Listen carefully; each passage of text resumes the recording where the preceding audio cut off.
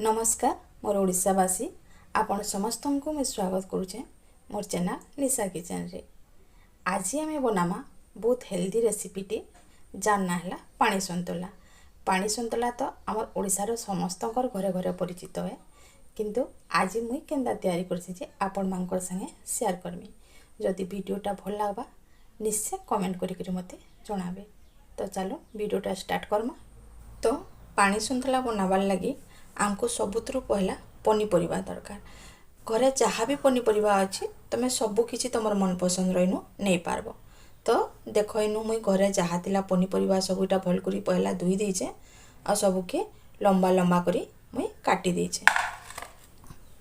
तो इनु मुई पनीपरिया नहीं भेड़ी पुटल आलू माखन माखन देख छाली थाई करी मुई एंता करी काटी देचे। एटा मुई बैगन गुटे के एंता लंबा लंबा करी काटी देचे। आईटा कदेल गुटे के लंबा करी काटी देचे। आलू रो भी मुई छाली के छोड़ी करी लंबा लंबा करी काटी देचे। तो आमर पनीपरिया सब काटी देला एथरो इताके आमे साइड रे रखी देमा। चलो इहादे चलो आमे गैस ऑन करी करी गुटे डेक्चीटे बसामा। तो मुई डेक्ची तो बसई जे एबे चलो इथिरे मुई पैन गुटे मग दउचे। पैन टिके मते इनु कम बागी लागुचे हेतिले मुई आउ टिके पैन इथिरे ऐड करूचे। आ पैन सन्तला रे टिके पैनटा अतका नहीं दिवे का करी पनीपरिया इथिरे सिझबा। तो इताके फुटबार लगे मुई 5 मिनट तक छाड़ी देमी। पैन देखो आमर इन पूरा फुटी गलान। इहादे चलो आमे पनीपरिया सब देमा। जेन पनीपरिया टिके आमको बेसी सिझबार लगे लागसी से पनीपरिया के इनु मुई आगो देली। इनु मुई आलू माखन कदे आ पुटल के देकरी सिझबार लगे छाड़ी देमी। आ ई टाइम रे इहादे मुई इथिरे नून गुटे चामच ऐड करूचे। तमे माने निजर स्वाद अनुसार नूनटा देबे। तो नून देकरी इताके सिझबार लगे आमे 5 मिनट तक छाड़ी देमा। से टाइम रे आमे चलो भेड़ी के गुटे कड़ाई रे तेल टिके देकरी भाजी देमा। भेड़ी के टिके जदि भाजी देले काण आसी तार जन घेंगलिया अंशटे थिसी सेटा मरी जिबा। तो भेड़ी रे मुई नून टिके देकरी एटा टिके लाल हेबार तक तार घेंगाल अंश जिबार तक भाजी देमी। पूरा पूरी भी हमको लाल करबा नानो खाली घेंगाल अंशटा जिबार लगे भाजमा। हाई फ्लेम रे भाजीबे। तो देखो इनु आमर भेड़ी भाजी ही गलानो। आमे इहादे ताके गुटे प्लेट रे काढ़ी देमा।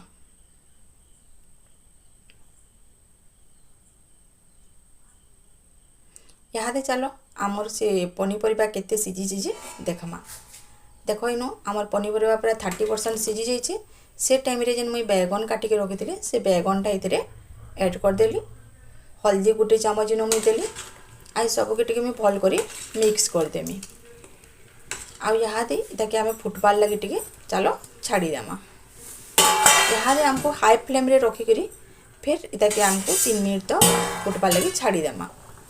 देखो न पनीपरिया बढ़िया से पूरा सिझी गलान। ई टाइम रे आमे इथिरे पातल घंटा मुई 5टा काटी करी लम्बा लम्बा रे रखी थिनी सेटा के दे देली। इनु मुई कड्डी टिकेटा इथिरे दउचे। आउ ई सब के मुई 5 मिनट तक फुटबार लगी पूरा छाड़ी देमी। 5 मिनट परे मुई देखो कवर खोली करी देखौचे आमर पनीपरिया पूरा इनो 80% सिझी गलान। इहादे आमे जेन भेड़ी भाजी के रखीथिला से भेड़ी के आमे इथिरे देई देमा।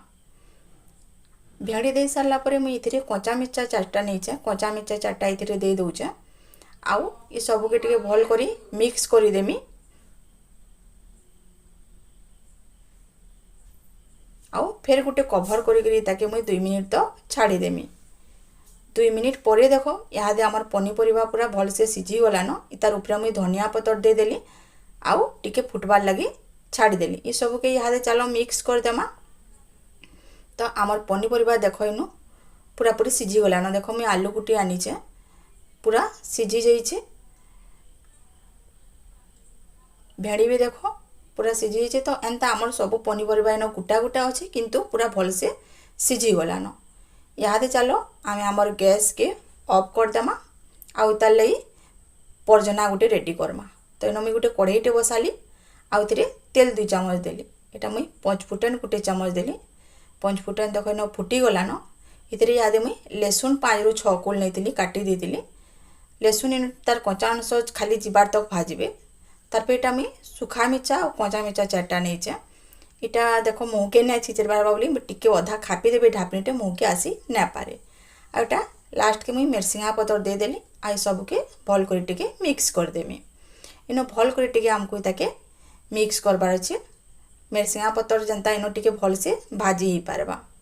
तो यहाँ हो गला एथर चलो आम सन्तुला नहीं परझी देमा।